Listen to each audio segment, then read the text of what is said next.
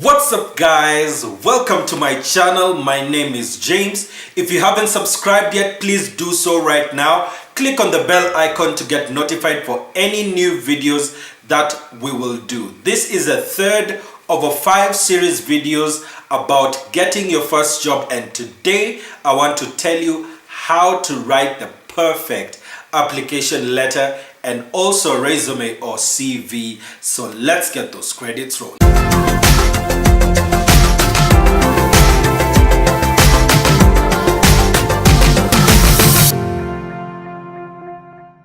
Job application admittedly is quite a tasking job, and recruiting managers every single day go through tens or hundreds of resumes every day. So yours has to stand out. So in this video, I will give you tips on what to do with your application letter as well as your resume to make sure that it stands out so that you can be able to have a better chance to get that dream job that you've always dreamed about. Number one, understand what you are applying for. Especially with your application letter and your resume, it needs to correspond exactly to the thing that you're applying for. For instance, if you're applying for a sales manager job, you will look at what instances in your previous experience or in the past have prepared you for that sales manager job. What qualities do you have that make you the best sales manager for that organization? Get to know exactly what that organization is looking for in a sales manager and use those keywords as well in your resume. For instance, if the sales manager job is looking for someone with 3 years of experience and you've worked in a sales job in another organization for 5 years, then you can state that particular fact to them, that they have requested for someone with 3 years experience, but you have 5 years of experience. And it also goes the other way around. Even if they have said they want someone who is 7 years experience and you are at 5 or even 6, you can state that you have that number of years, but state exactly what makes you special.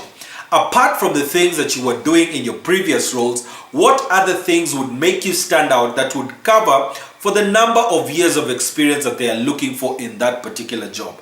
Of course, even if you're applying for an entry-level job, you need to show that you have either been a volunteer or you have been in extracurricular activities in your campus or high school days, which would be good enough for experience for that entry-level job. The second thing that you need to know is that your CV needs to look professional. That means that you cannot use things like italics on your resume. You cannot use different fonts on your resume. You need to make sure that your resume at least is about 12 part in size. 12 is enough, 11 is okay. Don't go anywhere above or below that because it will look either too big or not legible for the person who's looking at your CV. Make sure that it is blocked, making it look more professional, making you look professional, so that when you present your CV and someone sees the things that they require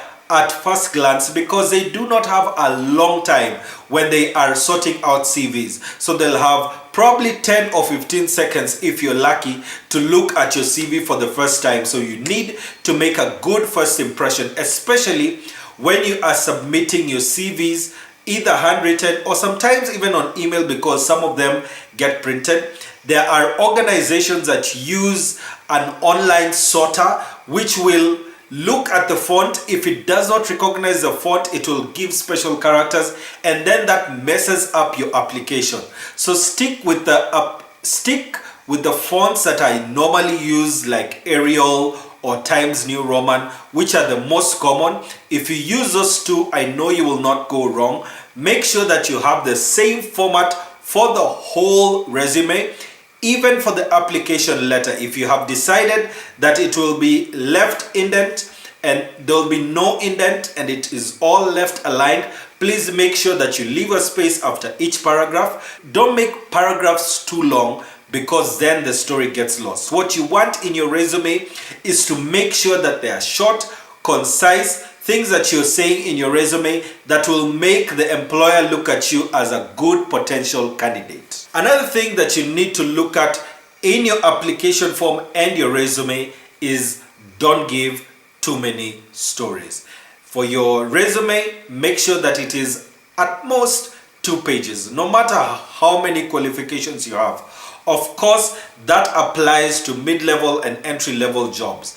For the director level jobs and executive jobs, you may be required to give an extensive CV depending on the kind of work that you will be required to do. For instance, if you're applying for a CEO job, you will need to show how you have progressed, especially from the junior management level up to where you are in senior management, and now you want to apply for a better position. And as you're doing your resume, make sure that you put the details that you would need. Maybe the things that you learned, especially if it was in campus, the special skills that you learned that are relevant to the job that you're applying for. This helps the employer to know that the courses that you learned have some things that they are requiring. For instance, if there are software packages that will be required for that job, maybe they require you to know statistics, or they need for you to be a research person, you can share some of the software that you learned that are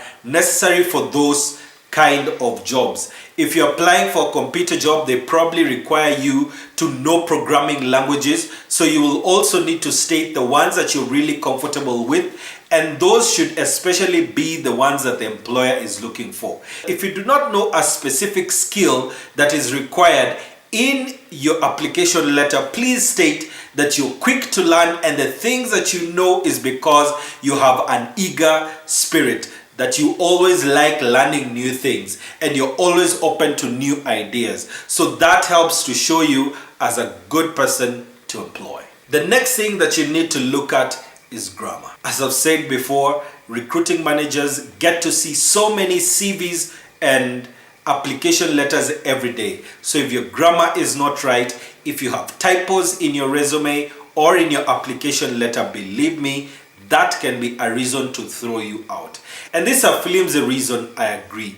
But you will have to make these documents perfect so that they don't eliminate you on such flimsy grounds. They should get the chance to get to see you and to know you so that they can actually make a decision whether you are a good fit for the organization, and I hope that they take you in to the organization.